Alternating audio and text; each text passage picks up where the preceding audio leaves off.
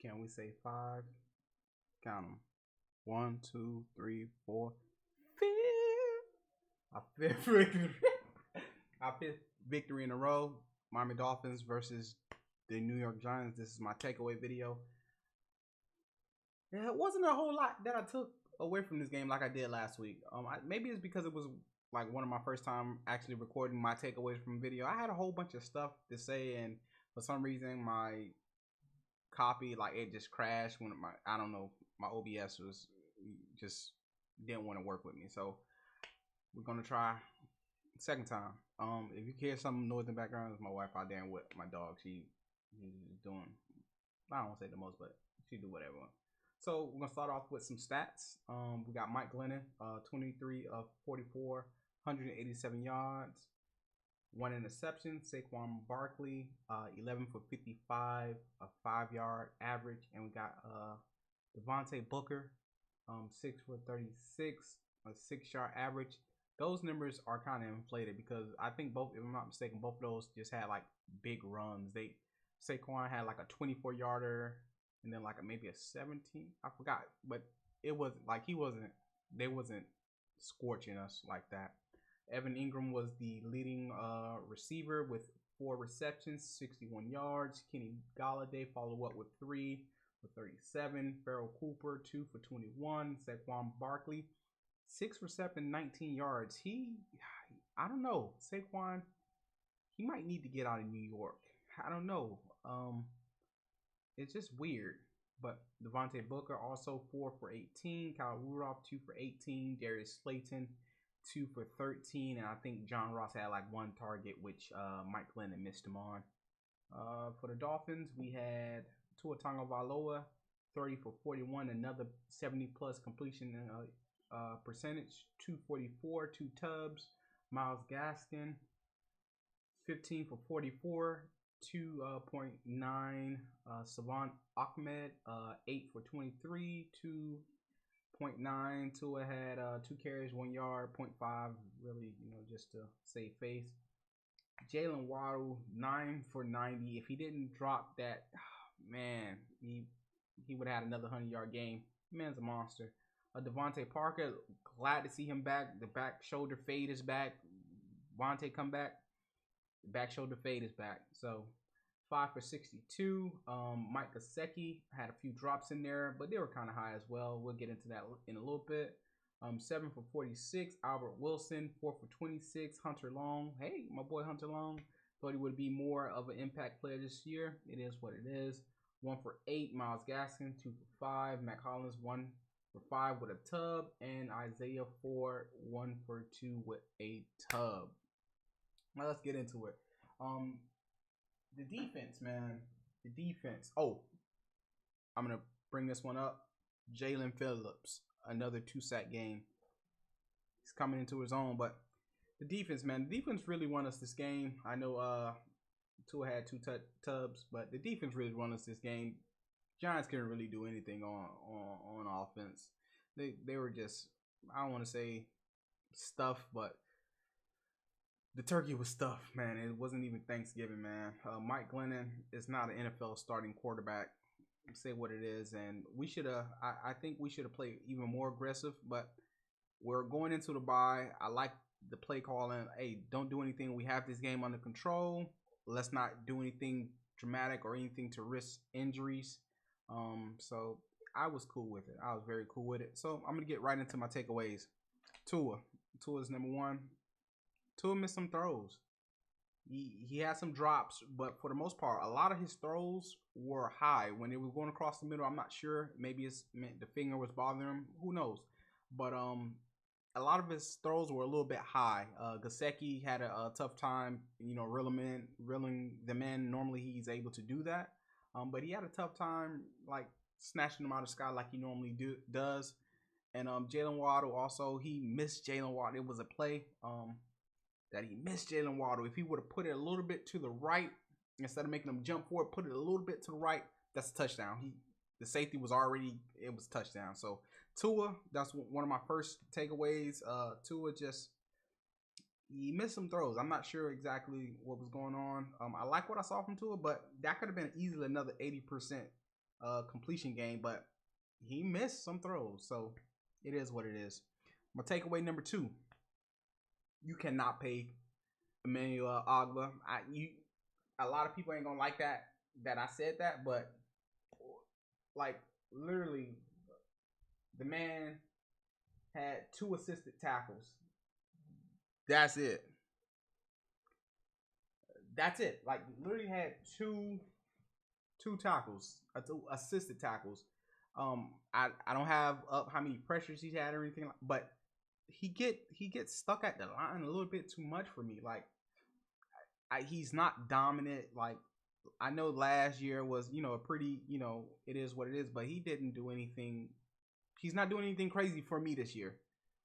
If I'm not mistaken, Jaylen Phillips now leads the team in sacks. Hey, hit the draft or see what is available in free agency. If he comes, I'm not paying him top dollar. If he's coming back for a reasonable, I want to say the middle of the pack offer, cool. If not, let go somebody else pay him, because it's either the scheme that we're running that he's not good in, or he's not producing like you would play. He's in that Jadeveon Clowney type space where it's like he's not getting the sacks, but he's okay on run. Like he's pretty okay on the run, but I'm not paying no.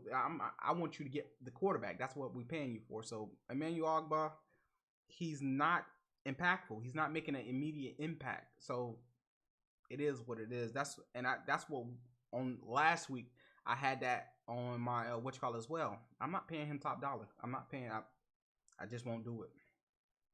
Number 3, which I don't know. So this is one of the things that I give Tua a pass, and I kind of want to give the running backs a pass, but at the same time, looking at other running backs and looking what Philip Lindsay did last week in limited amount of carries, our running backs are horrible.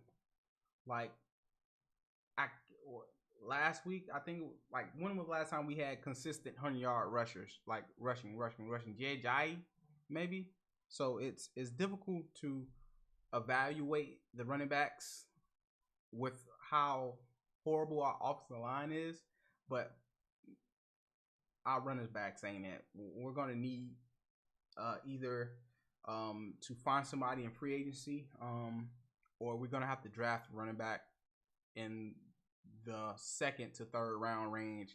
Maybe trade back up in the 2nd round to get a decent. The kid out of Alabama, I like. He's probably not going to be there. The kid from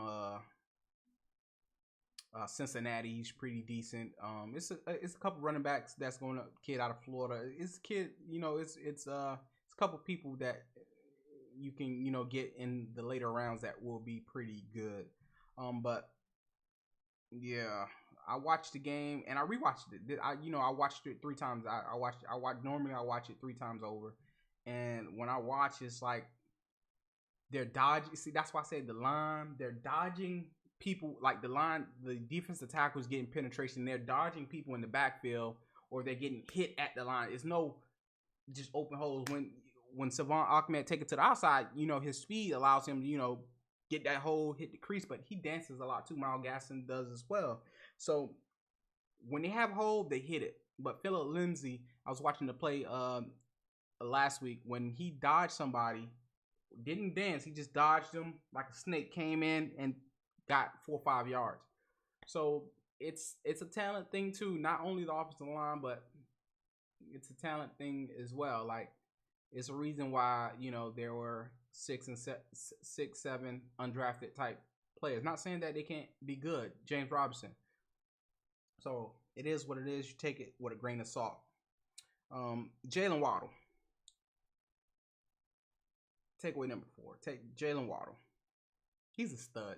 However you wanna put it, he's a stud. Like stud muffin, stud Waddle, stud penguin. I don't care. The guy's he's the truth. He should be in consideration for Offensive Rookie of the Year. If not, have it already in the bag. I know. I was about to say Jalen Waddle again. Jamar Chase is out there burning people. But I watched that game 2 times over. Chargers versus Bengals. I might make a video on that. I'm not sure. But the man literally had a bomb. He like sit up there, had it, caught it, and then threw it over the opposite shoulder for an interception. Like, you can't make this things up. Like, I don't know what Jamar never did that in college. Uh, yeah, he never did. He was, and it was a dime by Joe Burrow. And he caught it and then like literally tossed it over the opposite shoulder. I'm not sure, but I know he's killing it. I think he's at like 958. I had just recently looked at it. I think he's at like 958 with 8 tubs, and Jaylen is like 858 or 8 something with 4 tubs. Who's been more impactful for their team? I think I will have to watch some more Bengals games, because when I look at Jamar's stats, it's not that crazy. So, but he should be in the consideration for Offensive Rookie of the Year. And also, I think his numbers would be better than Jamar Chase if Tua wasn't out those 4 games, or 3.5, 4 games, however you want to put it. Literally, I think they, it took them, once Tua came back, took them a couple of weeks to get that rapport back quick, but he had no type of rapport with Jabroni Brisket. That's what me and my homeboy call him, so I'm gonna call him Jabroni Brisket. I'm gonna call him that because he's trash. He's trash. But yeah, that's what's number 4. Number 5, Jaylen Phillips. Consideration of defensive rookie of the year. I know Micah Parsons out there balling, but I said last year, and I was wrong, but I was right. I said last week in the video, which you might see, you might not. I might upload it another time, or a blooper or something like that. I said Jaylen Phillips had 8.5 sacks, which he had 6.5 at the time. Your boy got 8.5 now. So I know Micah Parsons is playing way more time than Phillips, and Phillips is matching his production in sacks. That's crazy. So should be in the running for Defensive Rookie of the Year. And my last